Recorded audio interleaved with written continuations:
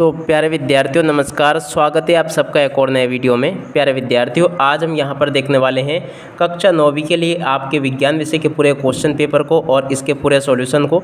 तो चलो जल्दी से हम आगे बढ़ते हैं, समझते हैं कि कक्षा 9वीं का आपका विज्ञान विषय का क्वेश्चन पेपर किस प्रकार का आएगा और आप सबको अपने इस क्वेश्चन पेपर का सॉल्यूशन कैसे पूरा कंप्लीट कर लेना चाहिए।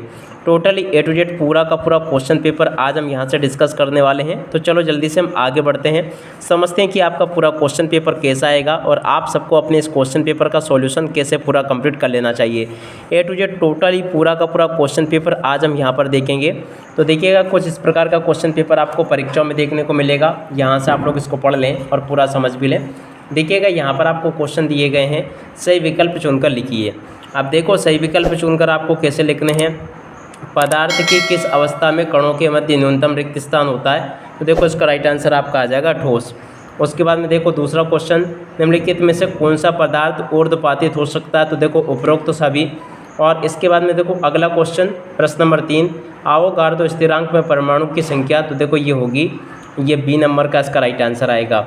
उसके बाद में देखो प्रश्न नंबर 4 को देख लीजिएगा, इलेक्ट्रॉन की खोज किसने की थी? तो देखो ये की थी जे थॉमसन ने। उसके बाद में किसी वस्तु के वेग में परिवर्तन की दर को कहते हैं? तो देखो इसको कहते हैं त्वरण। ऐसे प्रकार के क्वेश्चंस पूछे जाएंगे आपके पेपर में।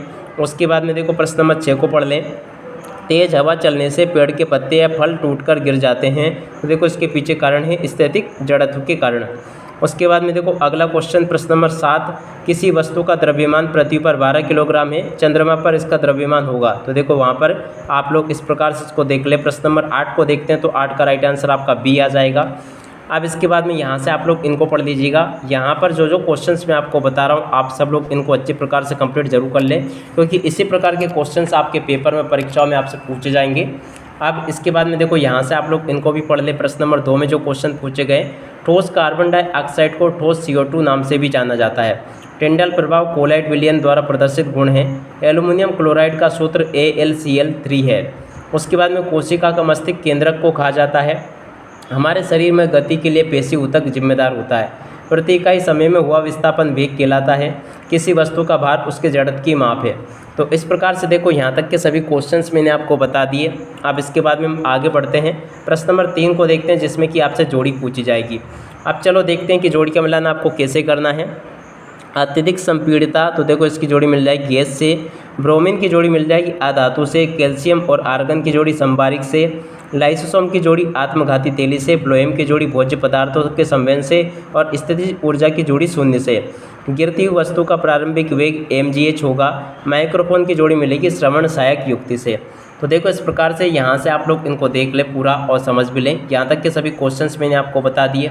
अब इसके बाद में इधर आ जाते हैं, इन प्रश्नों को पढ़ते हैं। तो देखो प्रश्न नंबर 4 जो लिखा है, इसमें आपको दिए गए हैं एक वाक्य फिर एक शब्द में उत्तर। अब देखो एक वाक्य या फिर एक शब्द में उत्तर आपको कैसे देने हैं। दाब का मात्रक क्या है? तो देखो दाब का मात्रक होगा पास्कल। अनुपात का नियम किसने प्रस्तुत किया? तो देखो जोसेफ प्राउस्ट ने। सोडियम का इलेक्ट्रॉनिक विन्यास, तो देखो Ne3Sl1 इसका राइट आंसर होगा। और DNA का नाम, तो देखो DNA का पूरा नाम होगा डीऑक्सीराइबोन्यूक्लिक अम्ल। और उसके बाद में देखो प्रश्न नंबर 5, वे ऊतक जो निरंतर विभाजित होते हैं उन्हें क्या कहते हैं? तो देखो इनको कहते हैं पादप ऊतक। उसके बाद में देखो प्रश्न नंबर 6, किसी वस्तु की गतिज ऊर्जा के लिए व्यंजक लिखिए। तो देखो K = 1/2 mv², इसका राइट आंसर आएगा। मसाले वाली 2 फसलों के नाम, तो देखो धनिया और मिर्ची, इसका राइट आंसर आएगा।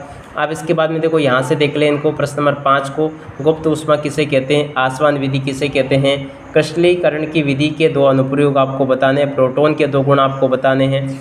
अब इसी प्रकार के क्वेश्चंस यहाँ पर आपसे पूछे जाते हैं।